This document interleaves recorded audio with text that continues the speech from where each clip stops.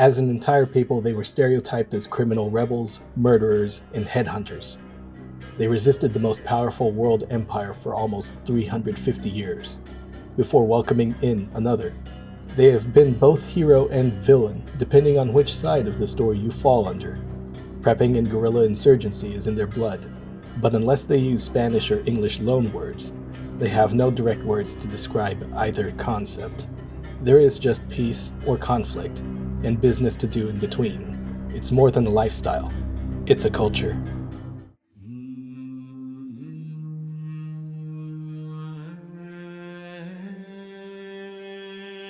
While there are different Igorot tribes, the people now fall under an administrative region that is landlocked as well as the least populous according to the 2020 census.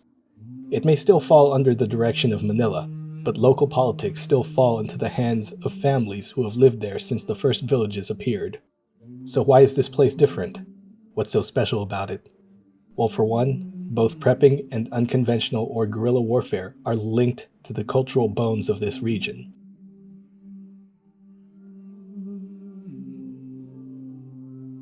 Prepping is a way of life. There is no word for what we think of as prepping. This is clear when it comes to food. Rice is stored for decades.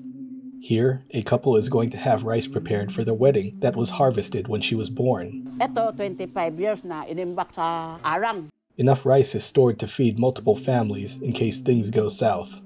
Livestock, from chickens, goats, pigs, and carabao, are all raised for utility purposes or for meat. The meat can be cooked a variety of ways, but the traditional dishes of the region are very Spartan. Everything is boiled together with salt and maybe some ginger. Meat can be stored through various salting and drying methods. There's a form of preserved pork called itag. The meat is salted and hung to dry for a week, and then left under the sun or smoked. This drying process can take a couple of weeks to several months. The final product doesn't quite taste like ham or bacon. It's somewhere in between. For the brave, there's a version where the meat has had maggots introduced to the fatty layer for a time. Enjoyers of this form of itag say it lends a creamy umami flavor to the meat, but it's very uncommon among people who haven't been raised in the provinces, as it's obviously an acquired taste. A local wine called tapoy is made from rice and can be eaten as a dessert in its early stages of fermentation due to its sweet flavor. Eat too much, and the result is the same as drinking soju for the first time.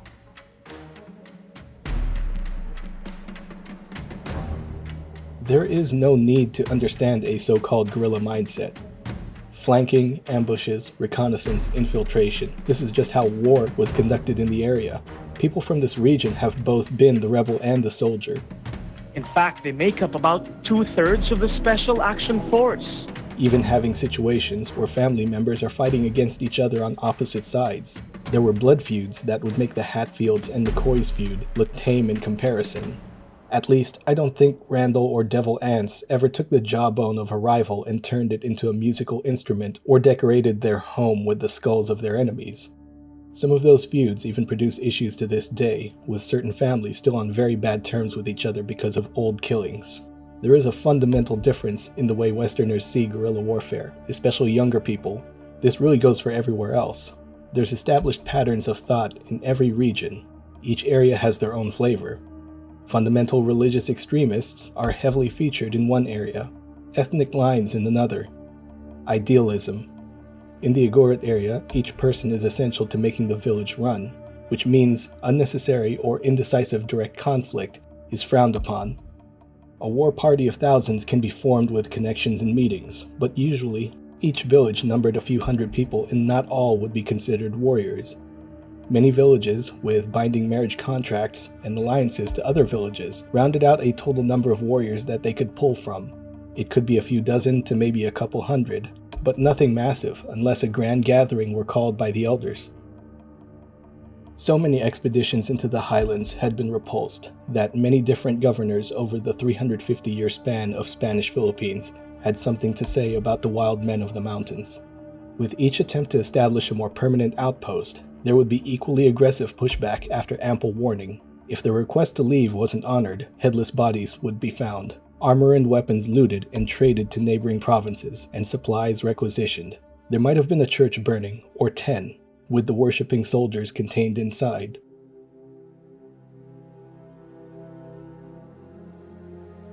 Everyone had a role and should be good at it. Loosely broken down, you could say that there are three main sectors of work that support each other for the young to middle-aged individuals. There is the farmer, who supplies food to everybody.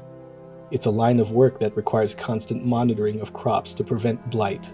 A big duty is ensuring proper long-term storage of rice. Food production is important. In fact, the region holds one of the largest rice terrace farming examples in the world. Imagine how many warriors this would have fed. Imagine how many people it would have taken to plant, harvest, and maintain these fields. Then there is the fixer and facilitator. They undertake construction, the crafting of tools, be the teachers of the young, the one providing medical aid. They are the glue that holds the village together. And then there are the fighters, warriors who also have the job of hunting when they aren't going out and settling disputes between villages. They would provide regular patrols and escorts of the area to ensure the safety of other villagers. A trick that would be used was to have a security party off a trail while one or two men would walk up and down a path that a potential threat may be passing through, according to a scout or a traveler. If the individual or group was found to be hostile, then combat would ensue. If the force was too large for the group, a messenger would run to alert the village and proper measures would be taken.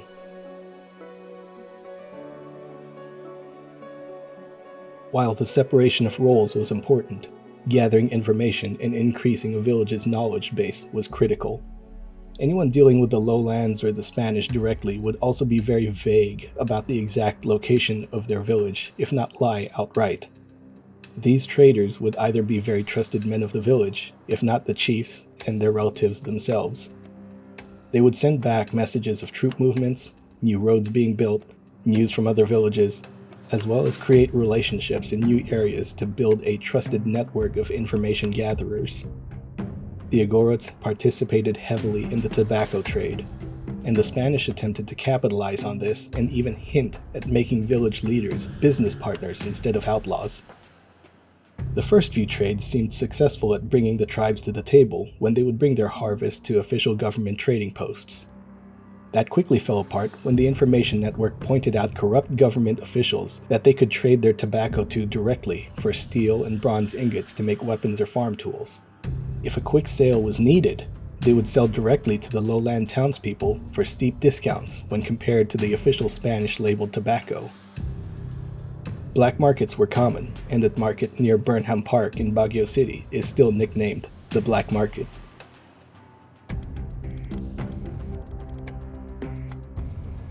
One thing remains true in this culture even to this day: how you treat people matters. The Spanish had called the Igorot people pagans, murderers, and subhumans with tails for centuries. It was standard divide and conquer tactics so that the lowlanders would see the Igorots with the same derision as the Spaniards. After the Americans helped the Filipinos fight against the Spanish, the Philippine government turned on the Americans when it became clear the USA intended to stay. By the time the lowland Filipinos resisted the Americans, the cultural damage was done. A contingent of warriors from Bontoc had tried to join with Aguinaldo's troops, but on their way down to the lowlands, they were met with people who refused them lodging, food, and water, despite fighting for the Filipino side. Furthermore, when they finally met with soldiers of the Philippine Army, they were still denied food and uniforms or modern weaponry. Instead, they were kept on as pack mules. In their attempt to leave for home, they were convinced, at bayonet point, to stay. They were intended to be used as human shields, but none of the Bontoc tribesmen were killed that day. They returned to their homes and spoke to the others about their treatment in the lowlands. Word got around fast. There was little, if any, aid given to the Filipino army. Many Filipinos are familiar with the story of how General Del Pilar was betrayed by Januario Galut, supposedly an Igorot unless Michael Chula's research is correct. But it doesn't matter. He's an Igorot in the minds of the majority of people who know the story. This is our way up. After the fighting had stopped, the Igorot villages seemed to welcome the Americans openly.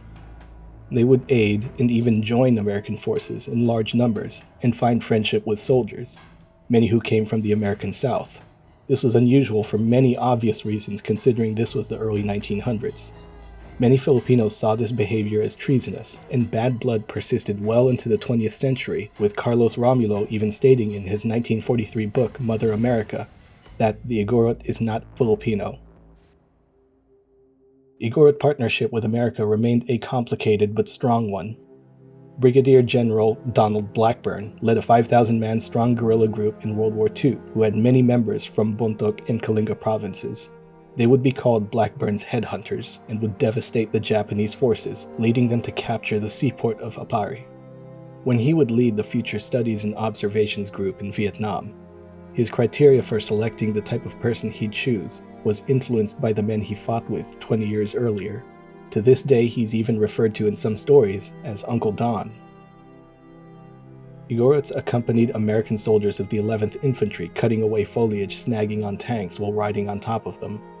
The 20th Japanese Infantry would be totally annihilated, cut down with bullets, bolos, and axes. Ayun, mahulugan ito ng hapon. There's still so much to go on about the people who share my DNA, but the focus is on why these people were successful at resisting colonial rule for 350 years. The acceptance of the Americans has been a wild swing in all directions. Militarily, the presence and partnership since they were first formed around 1900 continue to this day. Not all tribes who are called the singular name of Igorot want to be called Igorot, and instead be called by their tribal names, but they are still people from the mountains of Luzon who share a common culture. The region has a very unusual affinity for country music, work boots, and cowboy hats. Guns and knives are seen as tools, and rural practices still continue alongside the modern world. Adaptation and resiliency are the hallmarks of the region. The younger generation of Igorots don't always follow the occupational expectations of their parents, but that seems to be a common worldwide story. This is a culture that is so steeped in the principles of unconventional warfare and prepping that there isn't a word to explain either idea, it just is. Many of these same ideas are still taught to their children today. Those ideas just happen to line up with creating situations that lead to overall success. Wherever an Igorot who was raised on the stories of old go, they thrive. Isn't that also the point of survival?